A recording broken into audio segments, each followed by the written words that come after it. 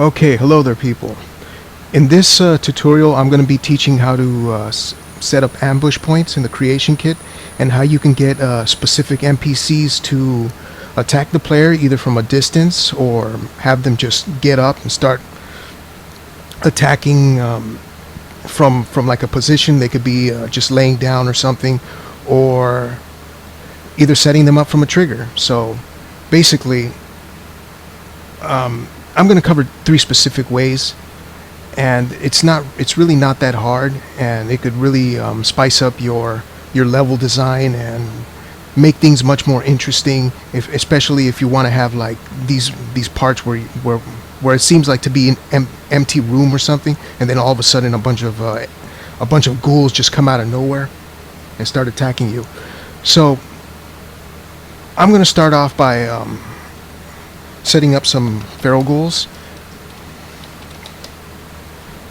So the best way to look for it is they're called Lvl Feral Ghoul. This stands for Lvl Feral Ghoul, which pretty much just sets them up from whatever the level of the player's at.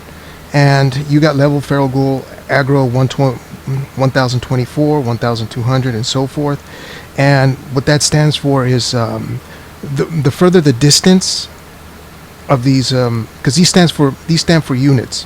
So if the player is a distance of 1,536 units or beyond that, the feral ghoul won't attack. But if it's closer, the feral ghoul will attack. But I'm going to set up some Lvl Feral Ghoul. I think they're called ambush. So yeah. So you also got these pack-ins. That would be like pretty much the easiest way. But I'm going to cover it from the beginning. So I'm just going to make a couple of feral ghouls. And so after I do that, I'm going to need to set up their ambush points, which is all the way down in the world objects, furniture, look up ambush, and feral ghoul. See, it says here you got A, B, C, and D. These are like just different positions of how they're going to be set up. So I'm just going to make 3 of them. It doesn't matter where they're at, as long as they're all linked up. So I'm going to link this one up to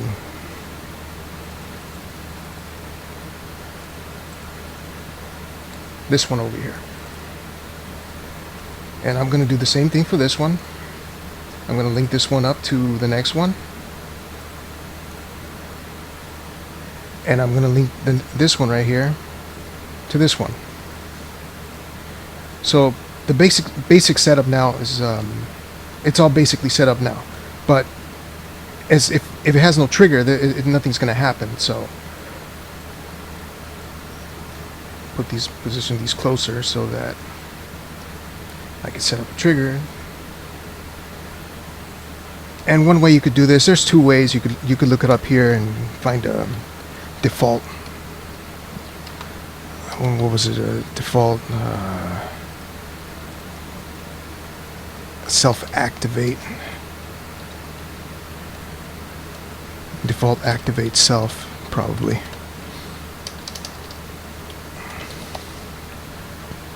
So you could set one up. Basically, just give you that cube, or you could set it up like this. Just click on that, and there's this button right here, and it gives you the same thing. So activate self. And so it pretty much, if you have like how do I say it, a mesh somewhere around here, it puts it in the size of the mesh typically, and also the orientation and the position. So let me reposition this so that it covers just the 3 ghouls, because you don't want to get too close. And I would say that's about good enough. And so everything is now set up. But in order for this to work, you're going to have to set up these 3 ghouls to have an activate parent. And so the quickest way to do this is I would normally just highlight the 3 of them and I would hit the minus key. It brings up this reference batch action, and so I have to look for set activate ref. And right here you could set up a minimum delay and a maximum delay. As a matter of fact, this is kind of interesting because it will make it seem like random and more natural. So I'll put a max delay of 2 and minimum delay of 0. And I select the target reference, which is going to be that self-activate trigger.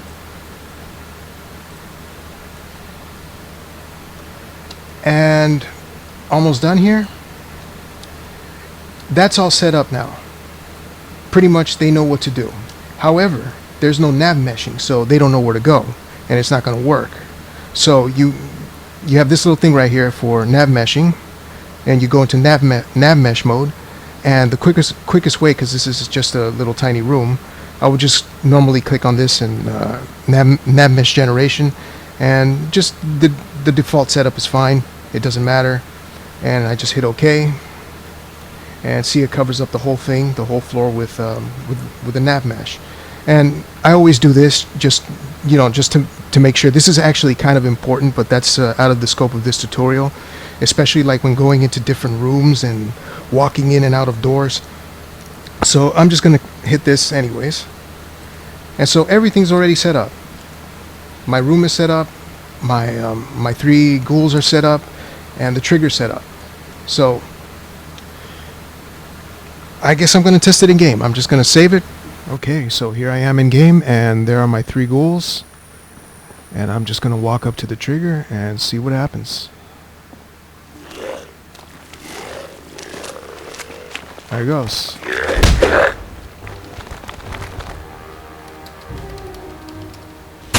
You can see that worked just fine, and that's the first one. So on this one, I'm going to set up some raiders with some aggro radius. So they're gonna act a little bit different. So let me get to that. This one's gonna be a lot easier. So I check up some level raiders.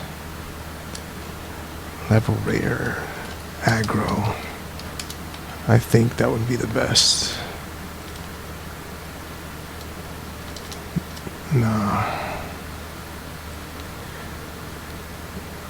Look for a raider that has a low radius, so it doesn't attack me right away.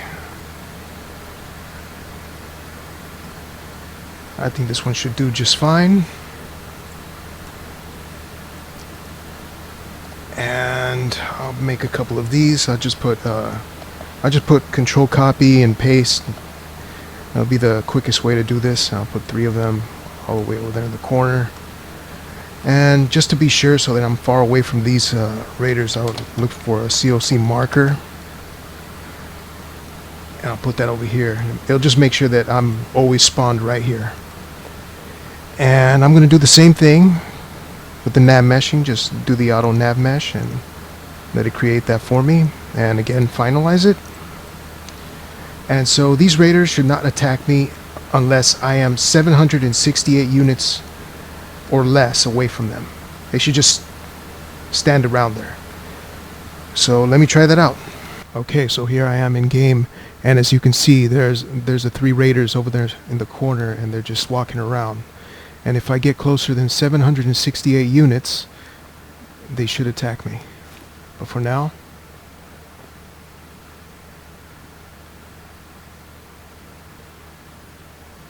hey, there goes. oh hell no! Okay, back in the editor. Now for the third and final way that I'm going to be showing you how to set up ambush points in this tutorial. I'm going to be using a Deathclaw this time, and I'm going to be doing something a little bit different. You'll see in a moment. So, as before, look for level Deathclaw. And same thing, level Deathclaw ambush.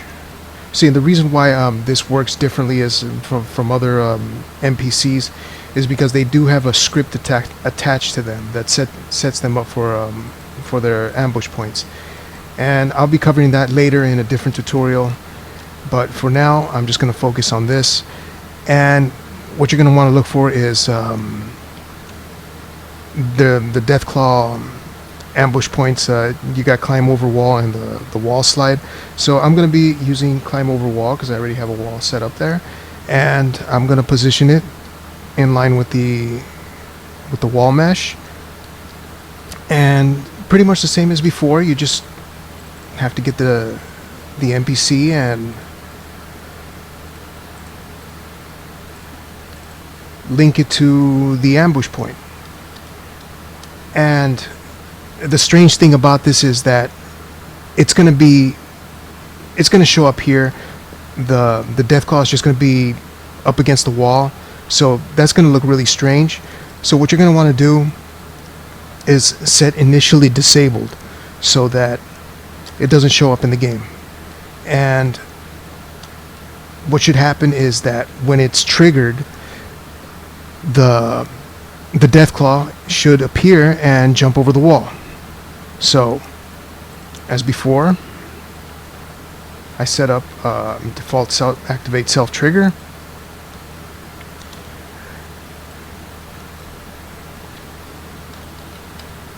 I can't see the trigger. Where is it? Oh, there it is. It's just really thin. Scale it, size it to about the size of where I want to have my trigger.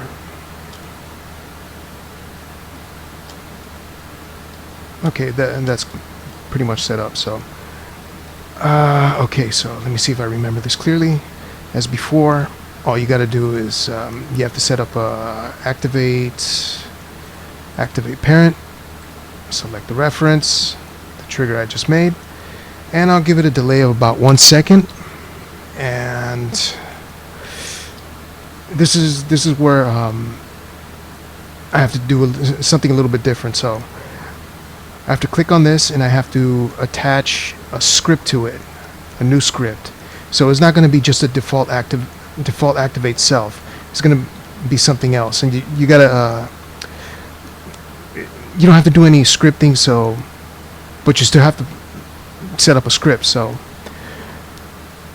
just look up enable. I already was looking for it, so I would say that default enable disable trigger script, that one should work, and not mess with any of these properties. Everything's set up for you already.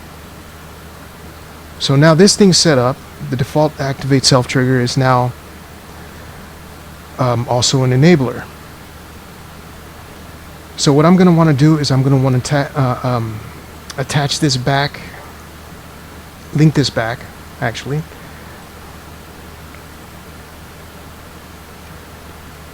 back to the Deathclaw. So now they're both linked up to each other, and when I walk into the trigger should enable the Deathclaw, and the Deathclaw should jump over the wall. So one last step, just generate the Navmesh, set up, Control S to save it. Alright, so all that's set up, and let me try it out in game. Okay, so here I am in my Deathclaw cell, and I'm just going to go around the trigger just to make sure that see, it doesn't appear behind the wall. And if I should walk into the trigger, then the Deathclaw should attack me. It should just appear magically and attack me by jumping over the wall. There we go.